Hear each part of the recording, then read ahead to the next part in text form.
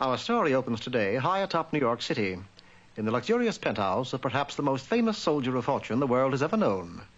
Me. How do you do? Excuse the position, just practicing my yoga.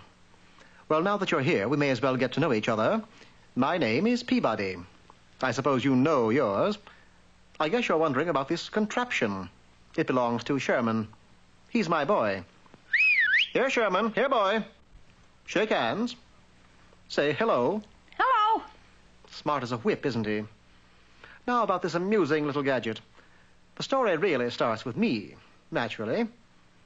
As a youth, I was just an average genius, the puppy prodigy, they called me. Got my degree at Harvard when I was 3, Wagner cum laude, of course. Then a brief period in the Foreign Service.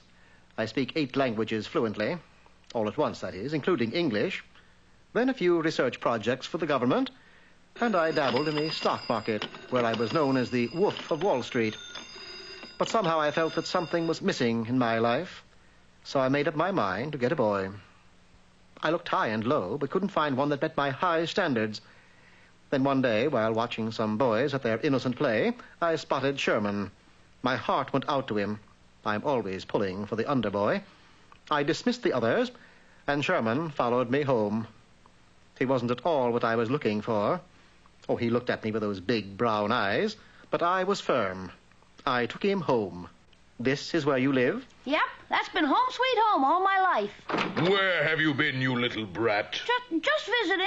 Get in here. One moment, sir. And what do you want, mutt? The name, sir, is Peabody, and I intend to adopt this boy. Naturally, the newspapers made a big thing of it. Extra, extra, dog to adopt orphan. Doggy wants to be daddy. Read all about it. I had to submit references, so I got some old friends to write letters. Then, of course, I was investigated thoroughly. My background was unimpeachable. Still... But he's not a fit person to bring up a boy. In fact, he's not even a person at all. Your Honor, I consider that an excellent recommendation. And I finally got Sherman.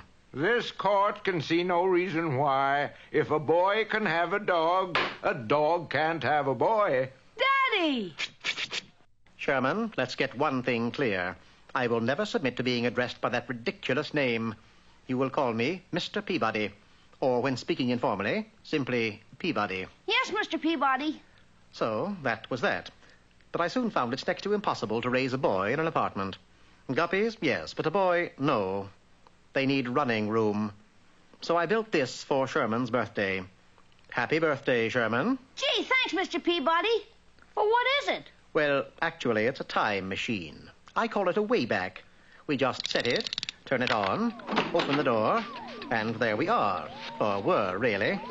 Puribusque delenda est, in tres partes argentum sum. What'd he say? What did he say? Well, that's simple. He said... Oh, never mind. I'll fix it. So, friends, for a goodbye in a new or used chariot, it's Publius Maximus the Grinning Gaul. It sounded better in Latin. Can we go somewhere else? Of course. With this key, friend, Mr. Franklin, the lightning! I intend to demonstrate the principle illustrated by the storage properties of the Leyden jar. BF, the lightning is... Gee, we couldn't get a word in edgewise. I know. A few more adjustments, and behold, not a time machine, but a should-have-been machine. Observe. With this key, friend... Mr. Franklin, your kite is going to be struck by lightning. Oh, really? It's nice to be a part of history. But all in all, it's just the thing for a boy in an apartment. Eh, Sherman? Well, I thought it was. Of course, he's only a boy, and... Mr. Peabody, that's the nicest present anybody ever had. Yes, of course, Sherman. No doubt about it. Every dog should have a boy.